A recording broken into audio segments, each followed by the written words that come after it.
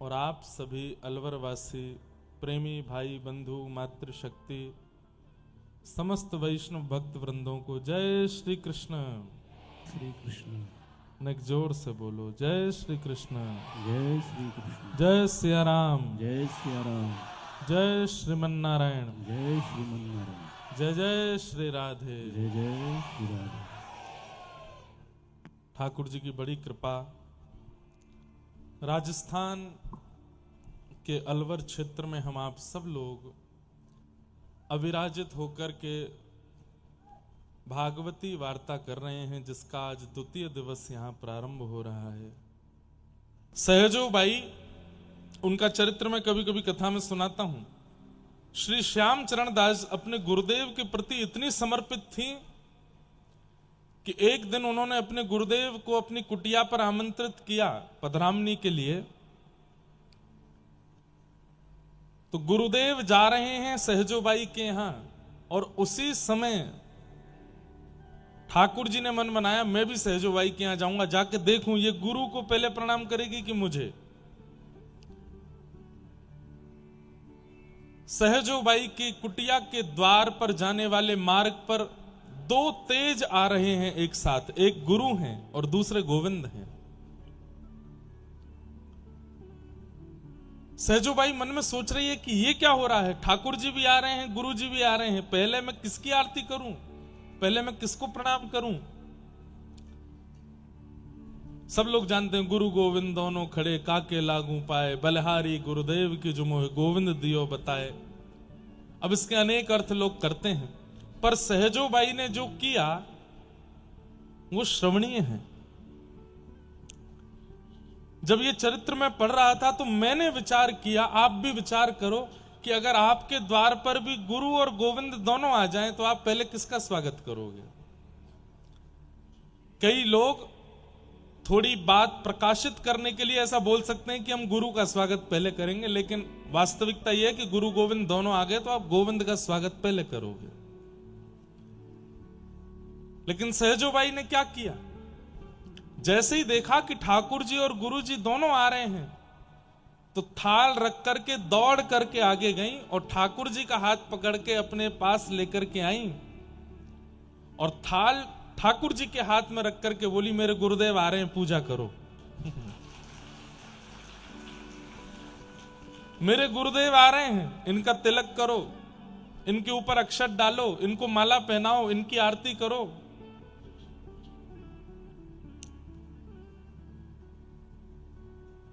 ठाकुर जी कहने लगे सहजो, मैं भगवान हूं, मैं परमात्मा हूं, और परमात्मा तेरे द्वार पर खड़ा है, तू परमात्मा से अपने गुरु की पूजा करा रही है, गुरु परमात्मा से बड़ा हो गया। सहजोबाई कहती है नहीं, गुरु परमात्मा से बड़ा नहीं है, लेकिन गुरु और परमात्मा की अपनी अपनी स्थिति है। मेरी स्थिति में परमात्मा ने जो कृपा की उससे कई अधिक कृपा मेरे गुरु ने मुझ पर करी है। ठाकुर जी बोले ऐसा क्या किया गुरु ने, ये जीवन मेरी वजह से है, ये श्वास मेरी वजह से है, ये संसार मेरी वजह से है, ये शरीर मेरी वजह से है, ये बुद्धि, ये आत्मा, ये सब कुछ मेरी कृपा से तुझे मिला है, और तू अब भी गुरु को भज रही है। सहजोबाई कहती हैं, बहुत ध्यान से सुनिएगा, सहजोबाई कहती हैं आपने जीवन दिया ठाकुर जी, आपने जन्म दिया, आपने शरीर दिया, आपने संसार दिया, आपने श्वास दी, आपने आंख दी, नाक दी, कान दिए, हाथ दिए, पैर दिए, पर इन सब से अपने जीवन को सफल कैसे बनाया जाए ये आपने नहीं बताया, ये गुरु ने बताया। आपने ताली बाद में बजाना, पहले सुनो। कई स्कूल के बच्चे ऐसे होते हैं, हमारे स्कूल में भी एक हमारा मित्र था, जैसे टीचर क्वेश्चन करते हैं ना, हाँ भाई इसका उत्तर कौन देगा, तो सबसे पहले हाथ ऊपर कर लेता, इतनी जोर से हाथ ऊपर, सर सर मैं। तो टीचर को लगता है इसको सब पता है, इससे नहीं पूछूंगा, और दूसरे से पूछते। लेकिन धीरे धीरे ये उसकी आदत बन गई, और ऐसी आदत बन गई जो उसको पता नहीं होता था उसमें भी हाथ उठाता था कि भाई मुझसे पूछेंगे नहीं। एक दिन सर बोले तू बहुत हाथ उठाता, तू ही बता। जैसे खड़ा हुआ तो कुछ नहीं बोल पाया, खूब पिटाई हुई उसकी। उससे पूछा तू क्यों हाथ खड़ा करता है? बोले मैं रोज हाथ खड़ा करता हूं, तो आपको ये पता लग गया है कि मैं पढ़ा लिखा हूं, इसलिए आप मुझसे पूछते नहीं हो, इसलिए मैं रोज ही हाथ खड़ा करता हूं। तो ये बात बात पर ताली बजाने वाले भी ऐसे ही हैं। समझ नहीं आई फिर भी इधर उधर देखते हुए बजा देते हैं। हाँ सब बजा रहे हैं तो हम भी बजा ही दें। नहीं, समझो बात को। सहजो बाई क्या कह रही हैं? ठाकुर जी आपने नेत्र दिए, पर इन नेत्रों से व्यसन भी दिखाई देता है, भोग भी दिखाई देता है, और दर्शन भी होता है। व्यसन देखना चाहिए कि ठाकुर जी को देखना चाहिए, ये आपने नहीं बताया, ये गुरुदेव ने बताया। इन कानों से भद्दे गीत भी सुने जाते हैं और कथा भी सुनी जाती है, पर कथा ही सुननी चाहिए, ये गुरुदेव ने बताया। इस जीव से मांस भी खाया जाता है, मदिरा भी पी जाती है और प्रसाद भी पाया जाता है, पर प्रसाद ही पाना चाहिए, ये गुरुदेव ने बताया। इस शरीर से संसार के विषय भोगों को भोगा जाता है, परंतु इस शरीर से दंडवती परिक्रमा करनी चाहिए, ठाकुर जी का सेवा मार्जन करनी चाहिए, कथा कीर्तन में नृत्य करना चाहिए, ये गुरुदेव ने सिखाया। आपने शरीर दिया, जीवन दिया, जन्म दिया, पर इस शरीर का वैकुंठ कैसे प्राप्त हो ये तो गुरुदेव ने बताया ना, इसलिए मैं आपसे पहले गुरुदेव को वंदन करूंगी। हाँ अब ये बात ठीक थी। तब सहजो बाई ने एक पद गाया अपने गुरुदेव के लिए। कौन गुरुदेव? जो इसी अलवर के निवासी श्री श्यामचरण दास जी महाराज। उनका चरित्र मैं सुनाऊंगा जरूर, ताकि आप लोगों को पता चले कि आप जिस नगरी में रहते हैं वहां के आचार्य कैसे हैं। उनका एक पद है, गुरु ना बिसारूं, ध्यान से सुनिएगा। गुरु ना बिसारूं मैं राम तज डारूं, गुरु ना बिसारूं मैं राम तज डारूं, गुरु ना बिसारूं राम तज डारूं। गाइए, गुरु ना बिसारूं मैं राम तज डारूं। सहजो बाई कह रही है मुझे नरक जाने से डर नहीं लगता, मैं स्पष्ट बोल रही हूं, मैं राम जी को छोड़ दूंगी लेकिन अपने गुरु को नहीं छोड़ सकती।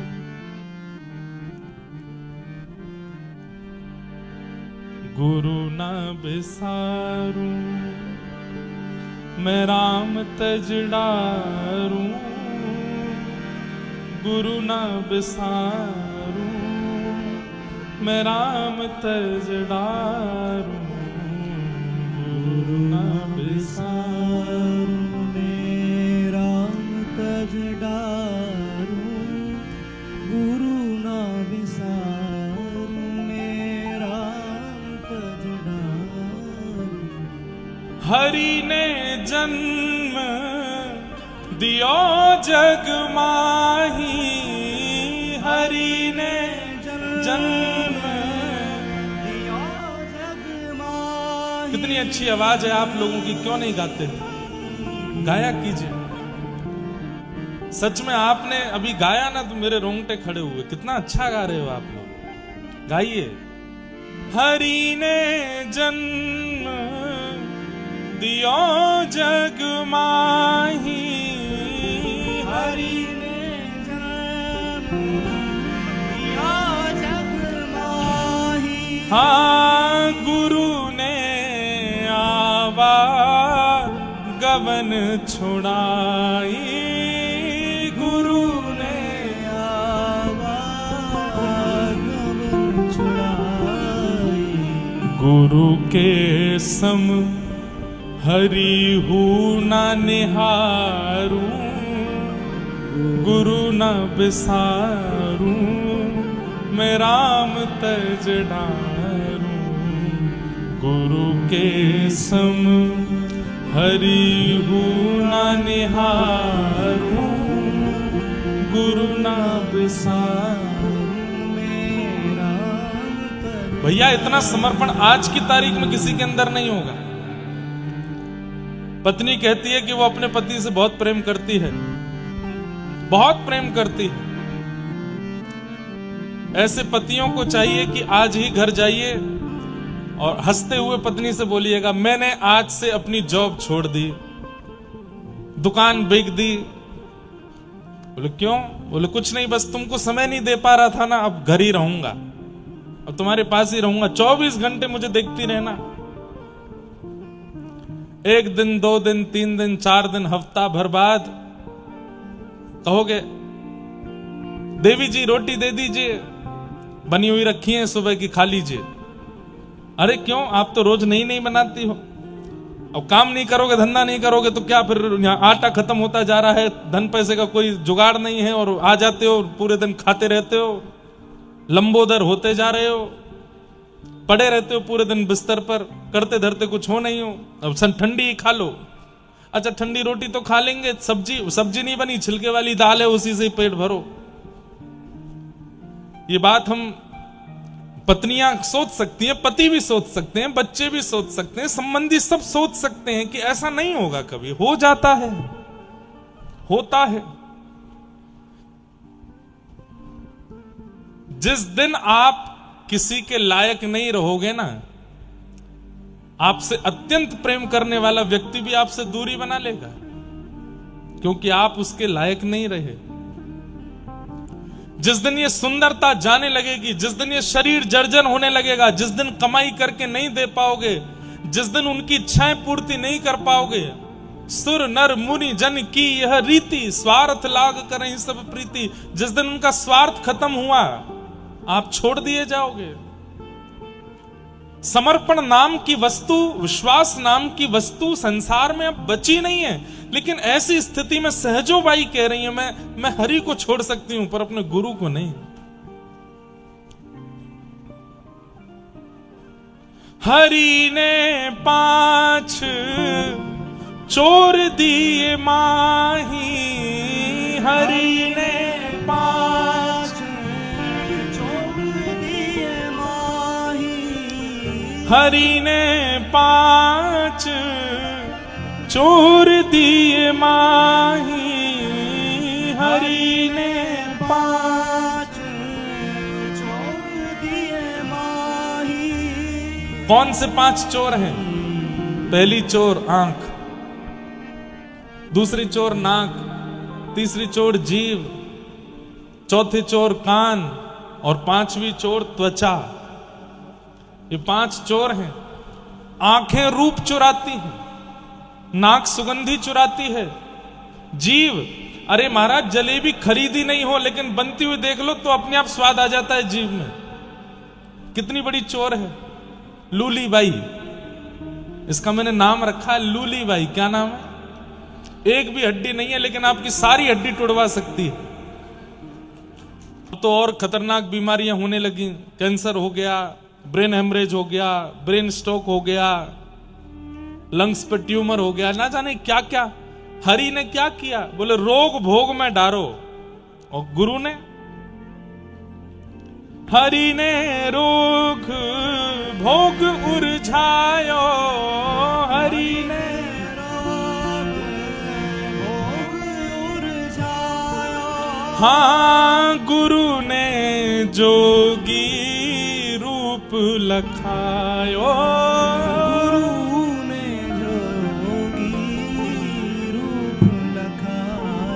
अरे मीराबाई के जीवन में जब गुरु आए तब मीराबाई गाती हैं, जिन भेषा मारो सांवरो रीझ है, मैं सोही भेष धरूंगी बाला, मैं बैरागण हूंगी। अपने गुरुदेव को देख करके मां स्वरूप मान करके उनको प्रणाम करो। बोले शिष्य की निष्ठा में केवल इतना अंतर चाहिए कि अपने गुरु को जब देखे तब मातृभाव से देखे, मैया के भाव से देखे, शिष्य का कल्याण अपने आप हो जाएगा। क्योंकि मां का वात्सल्य, मां की करुणा ही बालक को बचाती है। ऐसी करुणा, ऐसी भावना गुरु के प्रति हो, ये सहजोबाई सिखाती। तो ये सब पद, ये सब भाव इसलिए मन में आए कि आज मुझे पता चला कि जिन श्याम चरण दास जी महाराज सहजोबाई के पद में गाता हूं, उनका गुरु स्थान अलवर है। यहां उनके गुरु का जन्म हुआ है। तो ये सामान्य भूमि तो नहीं है भैया। यहां अनेक भक्तों के प्रादुर्भाव हुए हैं और इन्हीं श्यामचरण दास जी की परंपरा में दीक्षा ली थी, जिनका कल मैं स्मरण कर रहा था, याकूब हुसैन। वो भी अलवर के ही थे। याकूब हुसैन के पिताजी वो अजमेर में कोई नौकरी करते थे। अब थोड़ी सी सुनो कथा। इनकी माताजी जो थी, उनको किताबें पढ़ने का बहुत शौक था। मुसलमान थी वो भी। किताबें पढ़ते पढ़ते पढ़ते, कभी एक किताब दो, तो पढ़ते पढ़ते इतनी इच्छा हुई कि एक दिन विवाह से पहले उन्होंने रामचरितमानस को पढ़ा। और जैसे ही 2-4 दोहे चौपाइयां पढ़ी, इतना आनंद आया उनको पढ़ने में कि वो अपने पिता माता से छुप छुप के पढ़ने लगे। कालांतर में उनका अलवर में ब्याह हो गया। ब्याह के बाद भी वो पति से छिप करके मानस जी पढ़ती थी। उनकी एक हिंदू सहेली थी, उससे वो पूछती थी, मुझे रामचरित्र पढ़ करके, मानस जी पढ़ के इतना सुख मिलता है कि मैं क्या बताऊं, लेकिन मैं खुल के नहीं पढ़ सकती।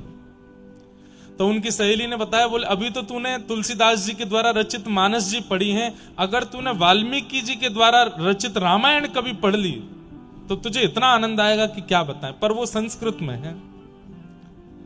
तो याकूब हुसैन की माताजी को इतनी इच्छा हुई कि मैं कैसे पढ़ूं। तब याकूब जी का जन्म हुआ। मैं इसलिए इतना सम्मान इनको दे रहा हूं क्योंकि ये परम भक्त हुए। ये धीरे धीरे ये बड़े हुए, अलवर में डॉक्टरी की पढ़ाई कर रहे थे। ज्यादा पुरानी बात नहीं है। डॉक्टरी की पढ़ाई करते करते पिताजी की अजमेर में जॉब लग गई थी, वो वहां कहीं काम करते थे। ये यहां डॉक्टरी की पढ़ाई कर रहे थे। तो एक दिन इनकी मां ने इनको बुलाया और कहा कि बेटा, मेरा एक काम मैं तुमसे कह सकती हूं, पिता से तो कभी कह नहीं पाई। बोले क्या बात है मां? तुम पढ़ने लिखने में इतने होशियार हो, इतना जल्दी तुमको सब कुछ याद हो जाता है, मेरे लिए एक काम करोगे? बोले क्या? संस्कृत पढ़ लो, और संस्कृत पढ़ करके तुम संस्कृत श्लोकों का अनुवाद करना सीख लो। बोले मां, उसकी आवश्यकता क्यों है? बोले मुझे रामायण सुननी है, मुझे वाल्मीकि जी के द्वारा रचित रामायण का अनुवाद सुनना है, वो तुमसे ही सुनना, और किसी से मैं सुन नहीं सकती। उन्होंने कहा मां, ये तो बहुत अपराध है ना, हमारे कौम में तो ये अधिकार नहीं है। बोले इसीलिए तो छुप करके तुम पढ़ लो। तो अलवर के बड़े बड़े पंडितों के पास याकूब जी गए, लेकिन किसी ने भी उनको पढ़ाया नहीं। बोले अरे तुम मांस खाते हो, ऐसे ऐसे करते हो, हम कैसे पढ़ाते? इन्होंने ये बात अपनी मां से जाके कही, तो मां ने कहा तो बेटा तू एक काम कर, तू मांस छोड़ दे। उन्होंने मां से कहा मां, वो साल भर में हमारे कई त्योहार आते हैं, उसमें तो खाना पड़ता है। बोले कि मैं तेरे लिए कुछ ऐसा बना दूंगी, सबको लगेगा कि तू वही खा रहा है, लेकिन वो नहीं होगा, तू छोड़ दे मांस। तो इन्होंने मांस छोड़ दिया, और एक पंडित जी को इन्होंने विश्वास आश्वासन दे दिया कि मैंने मांस छोड़ दिया, मुझे संस्कृत पढ़ाई है। तो रात्रि की बेला में जब पूरा नगर सोता था, तब पंडित जी इनको संस्कृत पढ़ाते थे। 6 महीने में संस्कृत का अध्ययन करके इतने विद्वान हो गए याकूब। उन्होंने पूरी वाल्मीकि रामायण अपनी माता जी को सुनाई। यहां सामने बैठ के मां रोती थी, और यहां सुनाते सुनाते याकूब रोते थे। इतना दोनों का प्रेम हो गया राम जी से। अब तो कुछ महीनों बाद रामायण पूरी हो गई। तो इनके मन में इच्छा होने लगी, मैं और क्या पढ़ूं, और क्या पढ़ूं। तब इन्होंने अपने उन्हीं गुरुदेव पंडित जी से पूछा, मैं और क्या पढ़ूं। तब इन्होंने कहा रामायण हो गई, अब गीता पढ़ो। तो उन्होंने गीता पढ़ी, तो इनको और आनंद आया। बोले कि ऐसा लग रहा है कि मैं प्यासा रह गया हूं, कुछ बताइए ना मैं क्या पढ़ूं। अपनी डॉक्टरी की पढ़ाई भी कर रहे थे। तब पंडित जी ने इनसे कहा एक काम करो, तुम श्रीमद् भागवत पढ़ो। तब इन्होंने श्रीमद् भागवत का अध्ययन किया। प्रथम द्वितीय तृतीय चतुर्थ पंचम षष्ठम सप्तम अष्टम नवम दसम स्कंद तक इन्होंने पढ़ लिया। दसम स्कंद में जैसे ही गोपी गीत आया, तब कथामृतम तप्त जीवनम कभी भी रेड़ितम कल्मषा। बस रुक गए वहीं पर, और सालों साल निकल गए, गोपी गीत से आगे पन्ना पलट ही नहीं पाए, बस रोते रहते और गोपी गीत को पढ़ते रहते।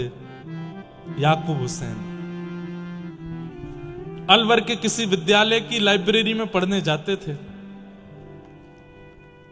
और बस रोते रहते थे, मैं क्या करूं, ये कितना प्रेम है, ये कितना रस है, ये गोपियां जिन कृष्ण के लिए गा रही हैं, मेरे को उनके दर्शन की इच्छा हो रही है, उनकी झांकी देखनी है, उनका स्वरूप देखना है। तभी एक दिन ये लाइब्रेरी में पढ़ रहे थे तो सामने वाली बेंच पर एक व्यक्ति आकर के पढ़ने लगा। इन्होंने जैसे ही उसको देखा तो उसके माथे पर तिलक था, गले में कंठी माला थी और हाथ में नाम जप चल रहा था और वो पन्ने पलट के पढ़ता जा रहा था, नाम जप कर रहा था। इनको लगा ये मुझे कुछ बता सकता है। तब इन्होंने उस व्यक्ति से बात की, बोले कि आप हिंदू हो? बोले हाँ। ये क्या कर रहे हो आप हाथ में? बोले माला जप रहे हैं। बोले इससे क्या होता है? बोले इससे हमारे ठाकुर श्री राधा मोहन प्रभु दर्शन देंगे, नाम जप से दर्शन होता है। तो याकूब जी बोले ये मुझे दे दो, मैं भी जप लूं, मैं भागवत पढ़ता हूं, मेरी भी दर्शन की इच्छा है। बोले ये मैं नहीं दे सकता, ये तो कोई आचार्य देते हैं, ये तो कोई महापुरुष देते हैं, दीक्षा देते हैं, दीक्षा में नाम देते हैं, उसके जाप से ही ठाकुर जी का अनुभव होता है। अच्छा भैया एक बात बताओ, तुम्हारे यहां केवल हिंदुओं को ही दीक्षा लेने का अधिकार है, मुसलमान नहीं ले सकते? उन्होंने कहा ले सकते हो, बस तुम्हारे कौम के लोग तुमको कुछ कहे नहीं। बोले कि उनसे तो मैं छुपा लूंगा, पर मैं किनसे दीक्षा लूं? तब उन्होंने कहा हमारे अलवर के ही जन्मे हैं लेकिन जयपुर में विराजते हैं श्री श्यामचरण दास जी महाराज, उनके पास जाओ। तब आपने संभवतः श्यामचरण दास जी या उनकी परंपरा के कोई आचार्य, में से भूल हो रही होगी, या सरस माधुरी जी संभवतः, उनके वे अलवर आए थे और ये उनका सत्संग करने के लिए गए थे। सत्संग में सब लोग बैठ करके आनंदित हुए, लेकिन सत्संग विश्राम के बाद सब उठ के चले गए, पर कोने में बैठे याकूब हुसैन बस रोते रहे रोते रहे। और जैसे ही सरस माधुरी जी उनके पास गए, चरणों से लिपट गए, बोले कि अब और कोई इच्छा नहीं, बस ठाकुर जी से मिला दीजिए आप। तब उन्होंने इनको नाम प्रदान किया, कंठी प्रदान की, तिलक प्रदान किया और इनका नामकरण कर दिया सनम सखी, तुम्हारा नाम सनम सखी। और बस उसी दिन से प्रिया प्रियतम के ऐसे भाव में निमग्न हो गए। वे याकूब हुसैन भी आपके अलवर के थे। तो ये बात तो पक्की है, जैसे किसी स्थान की भूमि में आम का पेड़ प्रकट हो चुका है तो यह बात पक्की हो जाती है कि वहां आम के पेड़ और भी प्रकट हो सकते हैं, भूमि में सामर्थ्य है कि वो आम को जन्म दे सकती है। तो अलवर में ये महापुरुष हुए हैं, इससे ये बात निश्चित होती है कि अलवर के परकोटे में रहने वालों में कृष्ण भक्ति आ सकती है, बस प्रयास करे कोई। प्रयास करना ना करना ये आपके ऊपर निर्भर होता है। तो ऐसी अलवर की भूमि है, आप सबको हम प्रणाम करते हैं, ऐसे आचार्यों की भूमि पर आप रहते हैं। तो ये एक दिन में जो हमको पता चला अलवर के बारे में, जो हमने ग्रंथों से पढ़ा, कुछ अपने मित्रों से पूछा, ये हमारी खोजबीन है। अभी और 6 दिनों में क्या क्या मिलेगा ये तो ठाकुर जी जाने, अद्भुत है।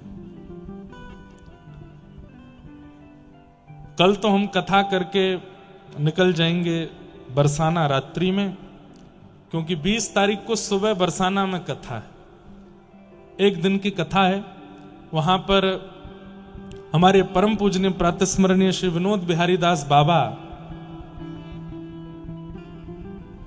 उनके मन में एक संकल्प प्रकट हुआ कि बरसाना में जो प्रेम सरोवर है वहां श्री प्रिया प्रियतम का प्रथम मिलन हुआ था, और वहां कोई भी जा नहीं पाता, इतनी ज्यादा भीड़ भी नहीं होती, और वहां कोई ऐसा मंदिर भी नहीं है जहां पर प्रिया प्रियतम का युगल सरकार विराज रहे हों। तो बाबा की इच्छा थी कि वहां एक मंदिर बने।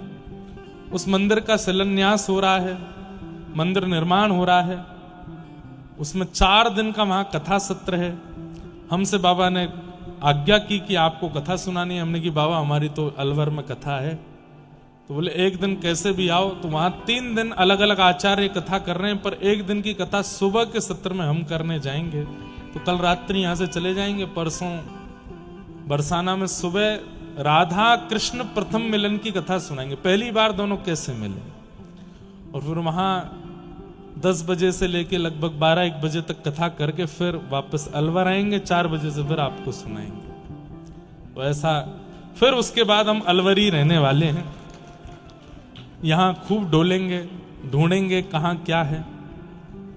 अभी तक तो पता चला कि तेंदुआ भी हैं, बाघ भी हैं, 12 सिंगा भी हैं, हिरण भी हैं, सब हैं। हमें तो कोई दिखे नहीं अभी तक। कई लोग बोले जहां हम रुके महाराज जी बाहर मत निकलना, यहां तेंदुआ आ जाते हैं। हमने कि आन दो, नरसिंह भगवान है, दर्शन करने हमें, लेकिन सब जगह जाएंगे दर्शन करने। एक दिन का सत्र, सबसे मिलने का भी कुछ योजना बनाएंगे कि सबसे व्यक्तिगत मिल सके, ऐसी भावना। और थोड़ी बहुत देर में इंद्र देवता भी आने वाले हैं ऐसा लग रहा है। इंद्रेश की कथा हो रही है तो बादल तो सुबह से ही हो रहे हैं, मैं कहा देर में बरस भी जा सकते हैं। तो सब आनंद है। और कल से नवरात्रि भी प्रारंभ हो रही है, चैत्र नवरात्रि है। और कल हम सब सनातनियों का, हम सब हिंदू वैष्णवों का कल नव वर्ष है। कल बड़े धूमधाम से खूब आनंद के साथ में नव वर्ष भी मनाइएगा। हम भी यहां आकर के आप लोगों के साथ कल नव वर्ष का आनंद लेंगे। क्या कर पाएंगे वो तो यहां आकर के अब कथा सुनेंगे, कीर्तन सुनेंगे, खूब नाचेंगे गाएंगे, इससे बढ़िया आनंद और क्या होगा, इससे बढ़िया उत्सव क्या होगा। पर आप सब लोग कल सुबह जल्दी उठ करके ठाकुर जी को प्रणाम, माता पिता को प्रणाम, गुरुदेव को प्रणाम, तुलसी जी को प्रणाम, धामों का चिंतन करके कभी कोई दिव्य मंदिरों में जाके ठाकुर जी को प्रणाम करना। ये वर्ष मेरा मंगलमय हो, इस वर्ष में मेरे अंदर और भक्ति बढ़े, ऐसी कृपा कीजिएगा। हम लोगों का कल नव वर्ष है, बड़े आनंद के साथ हम लोग कल उसको मनाएंगे और नवरात्रि का भी सुख लेंगे। बंधुओं, प्रथम स्कंद में हम लोग प्रवेश करते हैं, फिर नवरात्रि में क्या करना है वो भी मैं आज आपको बता के जाऊंगा। आइए भागवत के कल महात्मा को सुना, आज प्रथम स्कंद से प्रारंभ करते हैं। जन्माद्यस्य तोन्वयादितरतश्चार्थे स्वविज्ञस्वराट् तेने ब्रह्म हृदय आदि कवये मुह्यन्ति यत्सूरय तेजो वारि मृदां यथा विनिमयो यत्र त्रिशर्गो मृषा धाम्ना स्वेन सदा निरस्तकुहकं सत्यं परम धीमहि। भागवत जी का पहला श्लोक है। जन्म लेते ही जो परमात्मा अन्वयाद इतरतः देवकी और वसुदेव के यहां जन्म लिया, लेकिन चले गए कहां? नंद बाबा और यशोदा मैया के पास। इस श्लोक के अनेक अर्थ हैं, मैं पूरी कृष्ण लीला एक ही श्लोक में सुना देता हूं। जन्म लेते ही ठाकुर जी नंद बाबा और यशोदा के पास चले गए। चार्थे स्वविज्ञ स्वराट, जो विज्ञ हैं, अनविज्ञ नहीं है, अर्थों के प्रति, भावों के प्रति जो सब जानते हैं। ठाकुर जी को सब पता है। आप कितना भी रूप बना करके जाओ, कितना भी आडंबर करके जाओ, कितने भी रोते हुए जाओ, कितने भी हंसते हुए जाओ, ठाकुर जी को सब पता है कि आपके जीवन में क्या चल रहा है। वो अविज्ञ हैं, अनविज्ञ नहीं है। पूतना परम सुंदरी बन के आई, लेकिन ठाकुर जी पहचान गए। कंस ने इतने राक्षस भेजे व्रजमंडल में, लेकिन ठाकुर जी सबको जान गए, सबको पहचान गए। और जिसको पूरी दुनिया कुरूप कहकर के बुलाती थी, ऐसी कुब्जा को पहचान करके सुंदरता दे दी, और जो परम सुंदरी पूतना थी उसको परम कुरूप बना दिया। ठाकुर जी सब जानते हैं किसको कब कहां क्या देना है, किसके लिए कितना जरूरत है, क्या है, सब पता है उन्हें। पॉजिटिविटी बहुत सकारात्मक है। पत्नी कहती, अरे जी देखो तो हमारा जीवन कैसा बनाया भगवान ने। बोले कैसा बनाया? परसों इसलिए भोजन नहीं किया था कि एकादशी थी, कल इसलिए भोजन नहीं किया था कि द्वादशी जो है वो सूर्यास्त के बाद लगी थी, और आपका नियम है कि सूर्यास्त से पहले पारणा हो जाए तो ही आप पाते हो। और आज हमने इसलिए भोजन नहीं किया क्योंकि घर में अन्न नहीं है। 3-3 दिन तक भूखे रहते हैं हम लोग। श्री सुदामा जी महाराज बोले, अरे पगली, ये दुर्भाग्य नहीं है, सौभाग्य है। मैंने सुना है जिस दिन व्यक्ति व्रत करता है उस दिन ठाकुर जी उसको याद करते हैं। दुनिया के लोग महीना में 2 ही एकादशी करते हैं, मेरी और तेरी तो 6-6, 7-7 एकादशी होती, मतलब ठाकुर जी 6-7 बार याद करते हैं हम दोनों को। कितना बड़ा सौभाग्य है। हमारे एक महात्मा जी हैं, अभी भी हैं, कथा कराते हैं हमारी। वो एक बहुत अच्छी बात कहते हैं, बोलो जीवन कैसा है, जैसा बना लो वैसा है। आप जैसे चाहो वैसा आपका जीवन हो जाता, बस समर्पित हो जाइए ठाकुर जी पे। बहुत नेगेटिविटी मत रखा कीजिए दिमाग में। कोई भी घटना होने पर, कोई भी परिस्थिति आने पर तुरंत विचार मत किया कीजिए कि ये इसलिए हुआ होगा। नहीं, आपके लिए जरूरी है इसलिए हुआ है, ऐसा सोच के जी लीजिए। चार्थे स्वविज्ञ स्वराट तेने ब्रह्म हृदय आदि कवये मुह्यन्ति सूरय तेजो वारि मृदाम यथा विनिमयो यत्र त्रिशर्गो मृषा धाम्ना स्वेन सदा निरस्तकुहकं सत्यं परम धीमहि। जिन्होंने अपनी लीला के द्वारा ब्रह्मा का भी मोह भंग कर दिया, जिन्होंने गिरिराज उठा करके इंद्र को भी अपने वश में कर लिया, ऐसे मथुरा, वृंदावन और द्वारिका में लीला करने वाले श्री कृष्ण को हम बारंबार प्रणाम करते हैं। ऐसे परम सत्य श्री ठाकुर जी को हम वंदन करते हैं, बारंबार उनको नमन करते हैं।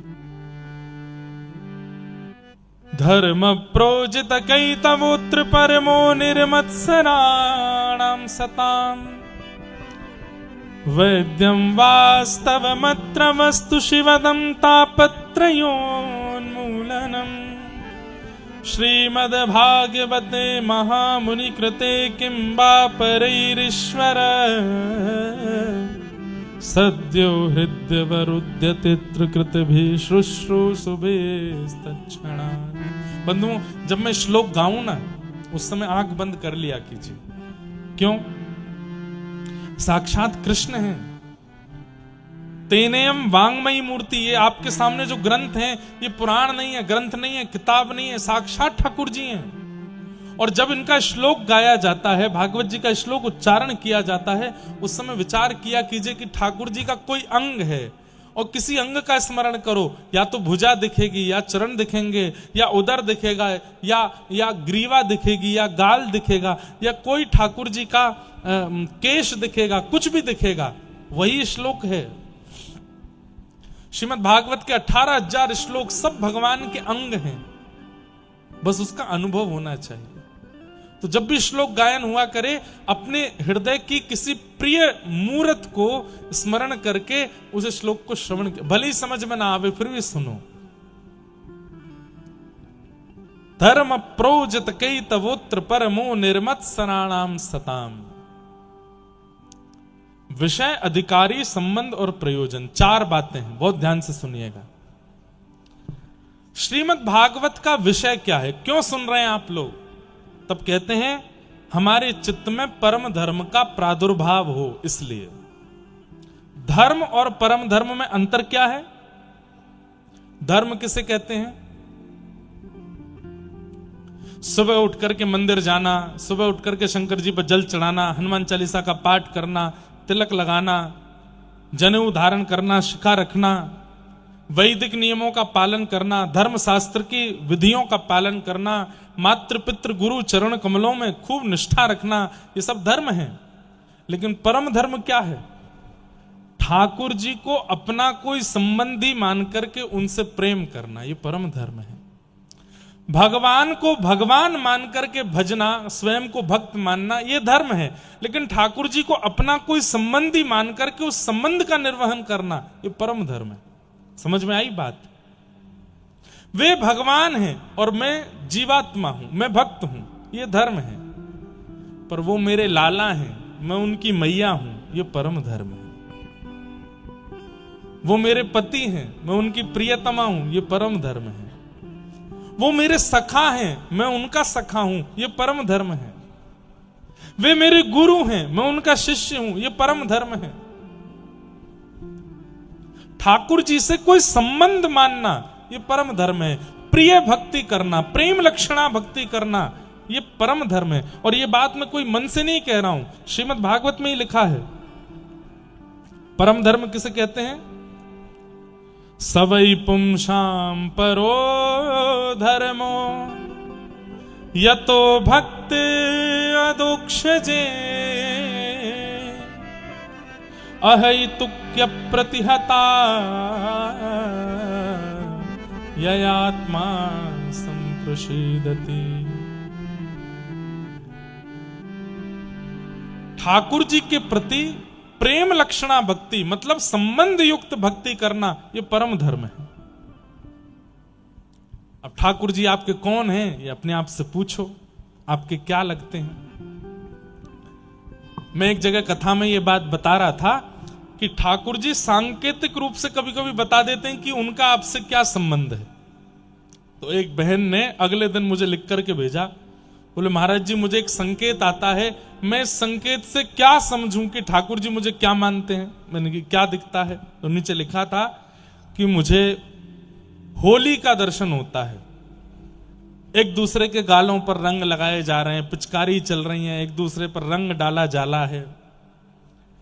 मैं इससे क्या समझूं कि ठाकुर जी मुझे क्या मानते हैं? मेरे मन में आया, मैंने की होली का प्रारंभ होलिका दहन से होता, और होलिका जो थी वो प्रहलाद जी की बुआ थी।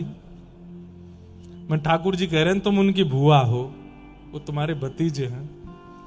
अगले दिन बहन बोली महाराज जी इतना खतरनाक परिचय दिया आपने, तो होलिका दहन से बता रहे हो कि मैं उनकी बुआ हूं।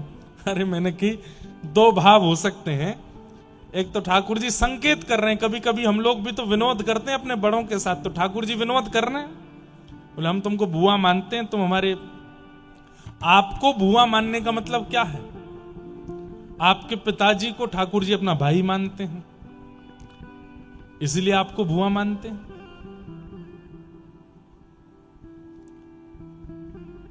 नहीं, आप बुआ कब बनोगे? जब आपके पिताजी ठाकुर जी के कौन हुए?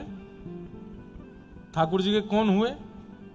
या तो जैसे नंद बाबा की तरह आपके माता पिता की प्रति माता पिता का भाव हो, और आप कहो कि हमारे माता पिता में तो इतनी भक्ति नहीं, तो क्या पता आपके किसी बहन भाई ने ठाकुर जी को अपना संबंध उस भाव से स्थापित कर रखा हो।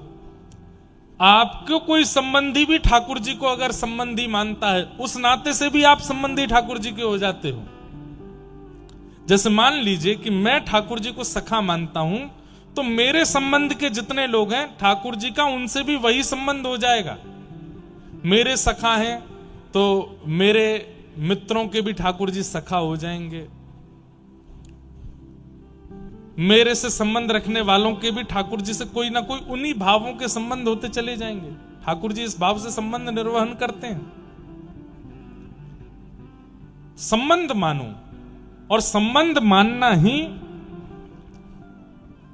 परम धर्म है, और श्रीमद् भागवत परम धर्म ही सिखाती है। अभी तक आप धार्मिक थे, 7 दिन कथा श्रवण के बाद आप परम धार्मिक हो जाओगे, ठाकुर जी से आपका कोई संबंध हो जाएगा, ठाकुर जी को आपके कुछ हो जाएंगे। एक भक्त हुए श्री प्रयागदास जी, एक दिन अपने सखाओं के साथ खेल रहे थे, तो अपने मित्रों के हाथ में खूब सारी राखी देख करके उन्होंने उनसे पूछा, बोले ये क्या पहन के आए हो? उन्होंने कहा ये राखी है, हमारी बहन ने पहनाई है। बोले बहन क्या होती है? बोले अरे हमारी मातृ गर्भ से हम जन्मे, हमारी माता के गर्भ से ही जो और जन्म लेते हैं या तो वो भाई होते हैं या बहन होते हैं। तो बोले मेरी बहन तो है नहीं। बोले होगी, माँ से पूछो। एक दिन अपनी माँ से जाके पूछने लगे, माँ मेरी बहन कहाँ है? अब बहन तो थी नहीं। रोने लगे। अब छोटे प्रयागदास जी को कैसे समझाएं? तो माँ ने कह दिया तेरी बहन सियाजू है। अच्छा मेरी बहन कहाँ है? बोले उनका ब्याह हो गया। बोले किन से हुआ? बोले राघव जी से हुआ। बोले राघव जी कौन है? बोले वो तुम्हारे जीजा जी हैं। अच्छा मेरी बहन कहाँ है? बोले वो अयोध्या ब्याह के चली गई हैं, अयोध्या उनका ससुराल है, अयोध्या में रहती हैं। माँ तो फिर रक्षाबंधन पे मेरी बहन क्यों नहीं आई? बोले कि अब बहुत बड़े कुल में ब्याह हो गया, भूल गई होगी। बोले ऐसे कैसे भूल गई? अपने भाई को भूल गई? और मैं इतना बड़ा हो गया आज तक मेरी बहन आई क्यों नहीं? माँ मेरी बहन भूल गई लेकिन मैं तो नहीं भूला, मैं अपनी बहन को मिलने जाऊं? माँ ने कहा ठीक है जाओ। माँ मैं खाली हाथ नहीं जाऊंगा, कुछ बना दो। तो माँ ने हलवा बना दिया और छोटे से प्रयागदास जी चले गए अयोध्या। माँ से पूछ के गए थे, मुझे कैसे पता चलेगा मेरी बहन कौन सी? तो माँ ने बताया आगे खूब सारे सैनिक चल रहे होंगे, पीछे खूब सारी सखियां चल रही होंगी, बीच में हाथी घोड़ा आदि आदि खूब सारे वाहन चल रहे होंगे। उन्हीं के मध्य में एक श्वेत हाथी होगा। श्वेत हाथी के ऊपर सुंदर मणियों से जड़ित एक सिंहासन होगा। उस सिंहासन पर सांवले सलोने कमल नेत्र जैसे तुम्हारे जीजाजी राम जी बैठे होंगे और उनके ठीक बगल में स्वर्ण जैसी कांति वाली तुम्हारी बहन बैठी होगी। इससे पता चल जाएगा कि तुम्हारी बहन है। छोटे से प्रयागदास जी चले गए अयोध्या। अयोध्या जाकर के ढूंढने लगे मेरी बहन जी कहां हैं? अरे तुम्हारा भैया आया है, कहां हो बहन जी? एक दिन निकल गया, रोने लगे जोर जोर से, कैसी बहन हो? तुम्हारा भाई यहां आया है, तुमने जल भी नहीं पूछा, तुमने अन्न भी नहीं पूछा, अरे बैठने के लिए आसन तक नहीं दिया, कैसी बहन हो? कल सुबह तक यदि नहीं आई आप मुझसे मिलने तो मैं प्रण ले लूंगा कि जीवन में अपनी बहन से मिलने दोबारा अयोध्या नहीं आऊंगा। कैसी बहन हो?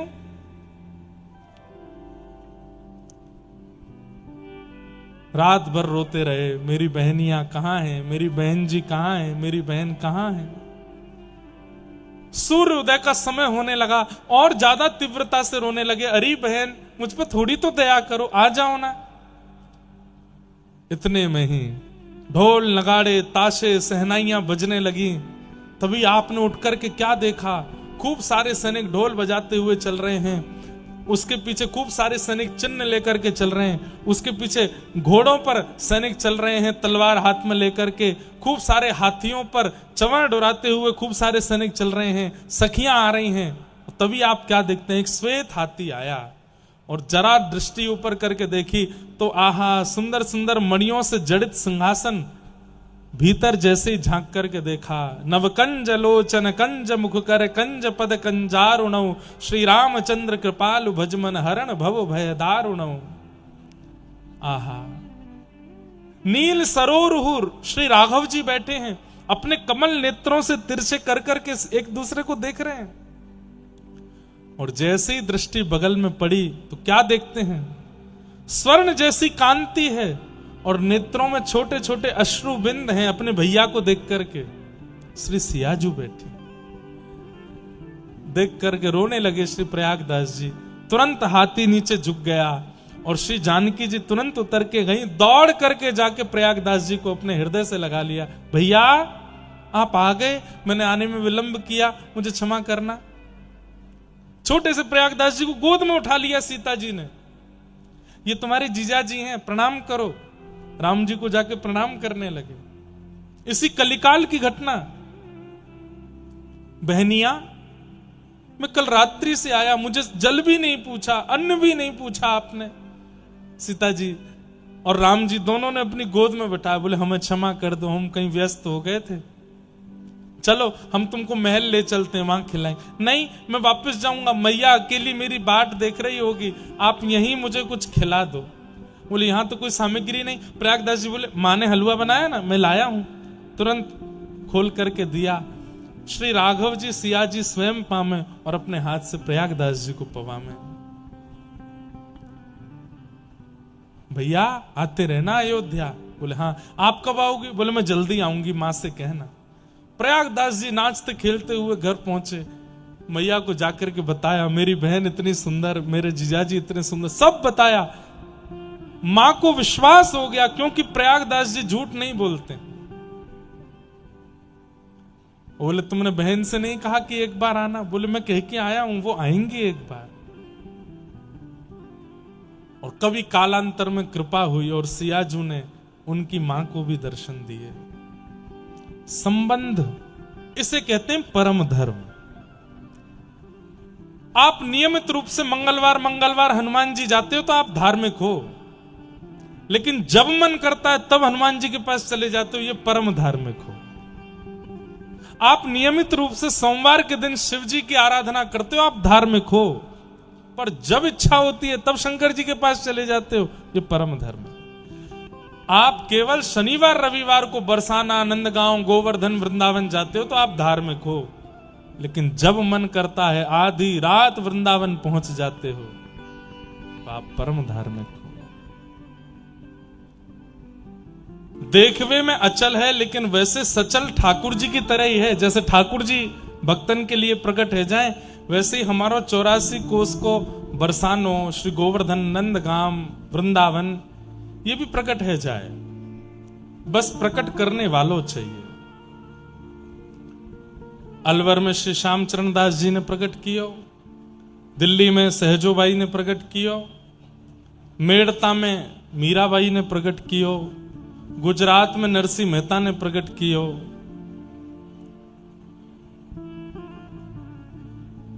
बंगाल में श्रीमन चैतन्य महाप्रभु ने प्रकट कियो, दक्षिण में शंकराचार्य जी ने प्रकट कियो।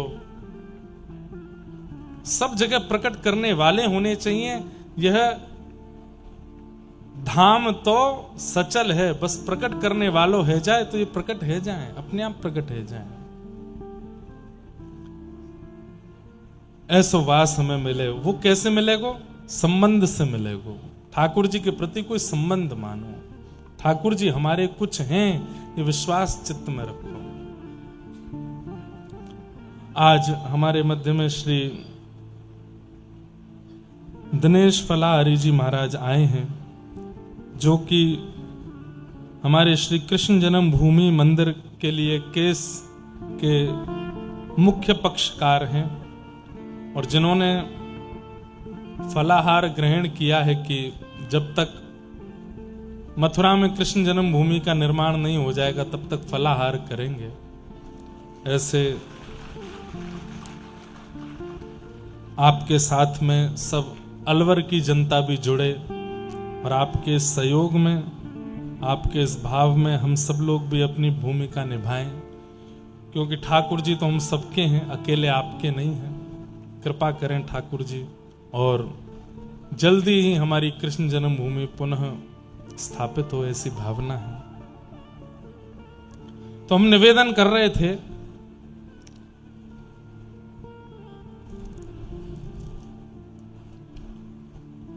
श्रीमद् भागवत का विषय क्या है? हमारे चित्त में परम धर्म को प्रकट करना। परम धर्म मतलब ठाकुर जी के प्रति कोई संबंध। अब संबंध कोई भी हो सकते हैं। अब कई माताएं बहनों को ठाकुर जी के प्रति पुत्र का भाव होता है, पर एक बात याद रखिएगा, संबंध चाहे जो, मान लीजिए कि मर्यादित संबंध ठाकुर जी से बनाना पड़ेगा। आप एकांत में जैसे चाहे ठाकुर जी के प्रति व्यवहार करो, पर जैसे ही दिखे कि समाज संसार देख रहा है तो आपको मर्यादा का ध्यान रखना पड़ेगा।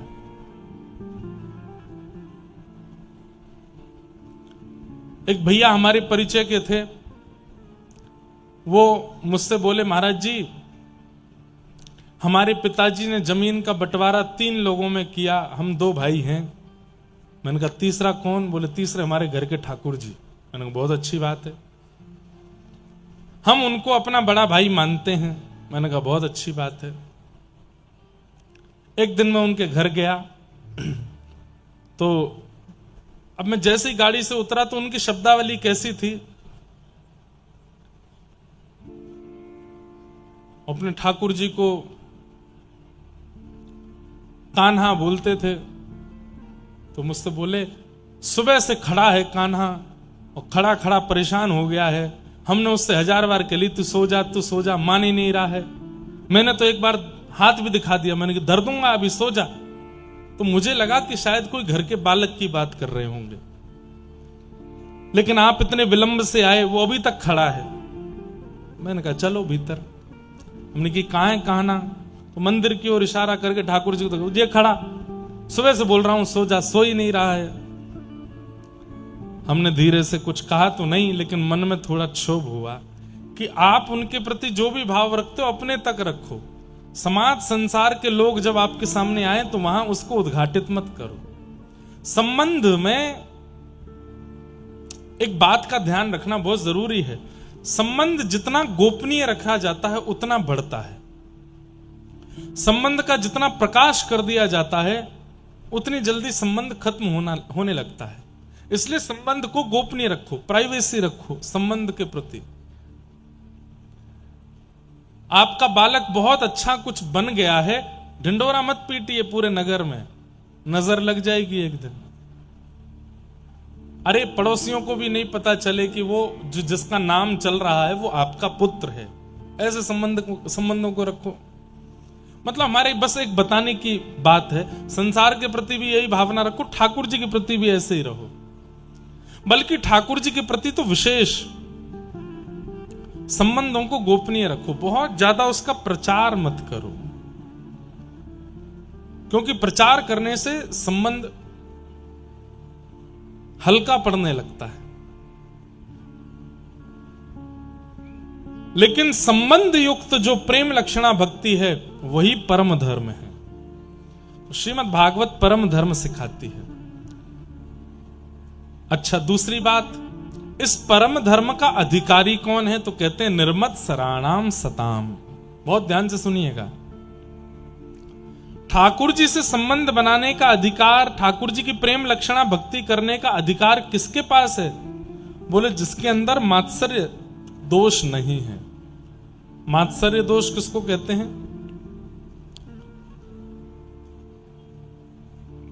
दूसरे के प्रति ईर्ष्या की भावना।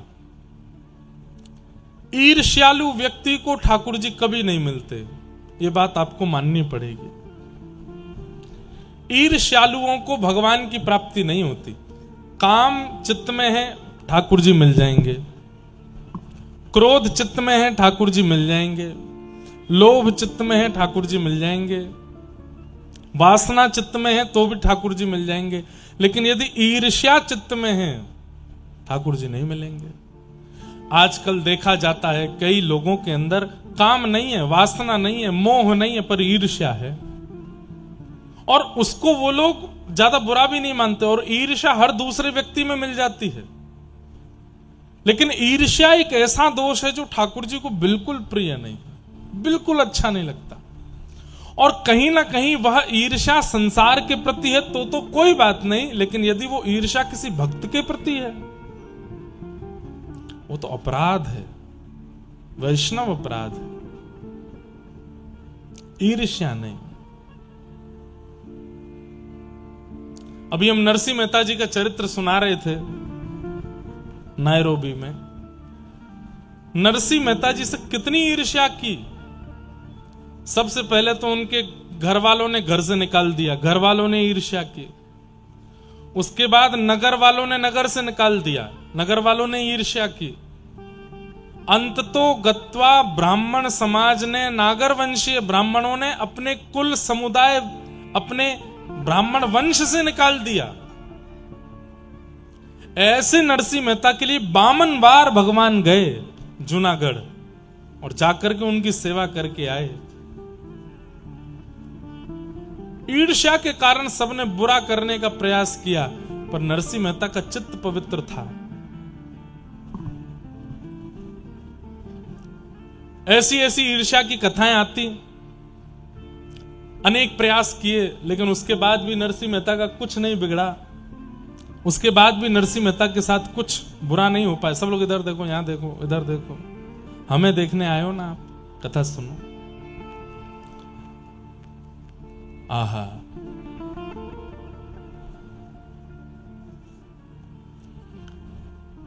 नरसिंह मेहता जी बैठे थे अपने घर में और नगर के लोग योजना ही बनाते रहते थे, क्या बुरा करें, क्या बुरा करें, क्या बुरा करें। एक बार अयोध्या से कुछ संत जन तीर्थ यात्रा के लिए निकले तो बद्रीनाथ, जगन्नाथपुरी, दक्षिण भारत, महाराष्ट्र, मध्य प्रदेश आदि सब जगह दर्शन करते हुए अंत में वे लोग द्वारिका जा रहे थे। और द्वारिका जाकर के उनको वहां पर अपना यात्रा विश्राम करके भंडारा करना था। तो अपने यजमानों से कुछ धन दक्षिणा इकट्ठी करी, लगभग 700 सोने की मोहर। जैसे जूनागढ़ पहुंचे, जूनागढ़ जाकर के उन्होंने कुछ लोगों से पूछना शुरू किया, भैया यहां कोई धनी मानी व्यक्ति हो जिसको हम अपने सोने की मोहर दे दें और वो हमें लिख करके हुंडी लिख दे और कि हम द्वारिका जाकर के किसी सेठ से मांग लें और वहां से वो मिल जाए। हुंडी क्या है? एक प्रकार का चेक है। जैसे मैंने आपको 2-4 लाख रुपए दे दिए और आपने कहा कि महाराज जी आप वृंदावन जाएंगे, वहां मेरा एक मित्र मिलेगा, मैं लिख के दे देता हूं, हस्ताक्षर कर देता हूं, वो आपको 4 लाख रुपए वहां दे देगा। तो प्राचीन काल में चोर डकैतों से बचने के लिए लोग बाग बड़े शहरों में अपने धन रखवा देते थे और उनसे लिखवा लेते थे। उनका कोई मित्र वहां उतने पैसे दे देता था और फिर जब कभी वे दोनों मिलते तो आपस में अपना हिसाब कर लेते थे। तो इन संतों ने जाके कहा, भैया जूनागढ़ में कोई सेठ हो जो हमारी 700 सोने की मोहरों की हुंडी लिख दे। हुंडी लिखने वाले थे तो बहुत लोग, लेकिन उन ईर्ष्यालुओं ने क्या विचार किया, बहुत बढ़िया तरीका है। बोले क्या, ये नरसिंह मेहता के पीछे हम इतने दिन से पड़े हैं, इतनी बार इसको फंसाने का प्रयास किया, ये फंसता नहीं है, नरसिंह मेहता से ही हुंडी लिखवा दो। बोले कैसे करेंगे? बोले हम करते हैं। वो लोग बोले महाराज इतने सोने की मोहरों की हुंडी लिखने वाला एक ही व्यक्ति है पूरे जूनागढ़ में। बोले कौन? बोले नरसिंह मेहता। अच्छा, पर आपका काम हो नहीं पाएगा। बोले क्यों? बोले वो 1000 सोने की मोहर से नीचे हुंडी लिखते ही नहीं है। अरे भैया हमारा काम करवा दो। बोले अब तो एक ही तरीका है। बोले क्या? वो चाहे जितना मना करें, आप उनके चरणों में गिर जाना, चरणों में गिर के रोने लग जाना और अंततो गत्वा आप सोने की मोहर उनके हाथ में धर देना और अनशन व्रत पर बैठ जाना कि आप हमारी हुंडी लिखो, तभी आपका काम बनेगा। वे लोग सोच रहे थे कि नरसिंह मेहता के ये लोग पीछे पड़ेंगे, नरसिंह मेहता संत जान के हुंडी लिखेगा और फिर द्वारिका में कोई हुंडी देने वाला नहीं बचेगा, तो फिर संत लोग उसको मार पीट के मार देंगे, इसी से हमारा काम बनेगा। ऐसे ही ईर्ष्यालु संत जन पहुंच गए। संतों ने जाकर के नरसिंह मेहता से कहा, नरसिंह मेहता तो बड़े संतों की बड़ी सेवा करते थे। अच्छा, नरसिंह मेहता का स्वभाव था संतों को देखते ही चरण धोते थे, माला पहनाते थे, हृदय से लगाते थे। जैसे ही संत जन पहुंचे,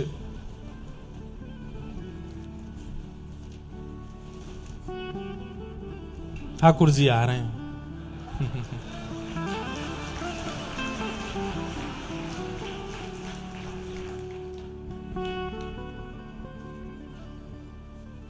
बस इतने ही आवे, इससे ज्यादा नहीं आवे।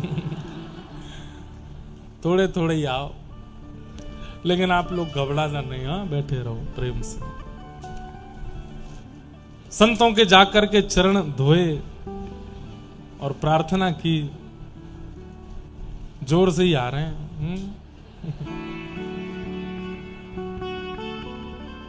अब व्रज में होती तो हम कह देते कि रज उड़ रही है, अब यहां क्या बोलें। जय हो। सब लोग ध्यान रखिएगा अपना।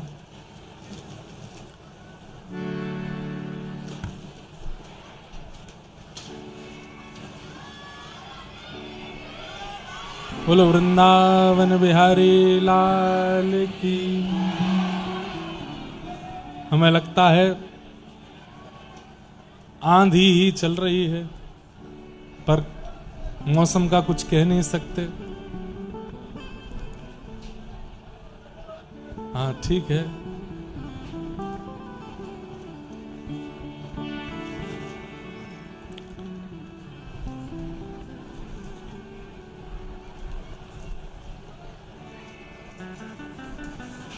अब मन में भाव ऐसा है कि शेष कथा हम कल ही सुना देंगे, क्योंकि मौसम बहुत बिगड़ रहा है, सब लोगों को घर भी जाना है। आज की कथा को कीर्तन करते हुए यहीं विश्राम करेंगे। यजमान लोग मंच पर आकर के कीर्तन कर लें, आरती कर लें, उसके बाद फिर आगे की शेष कथा कल कहेंगे।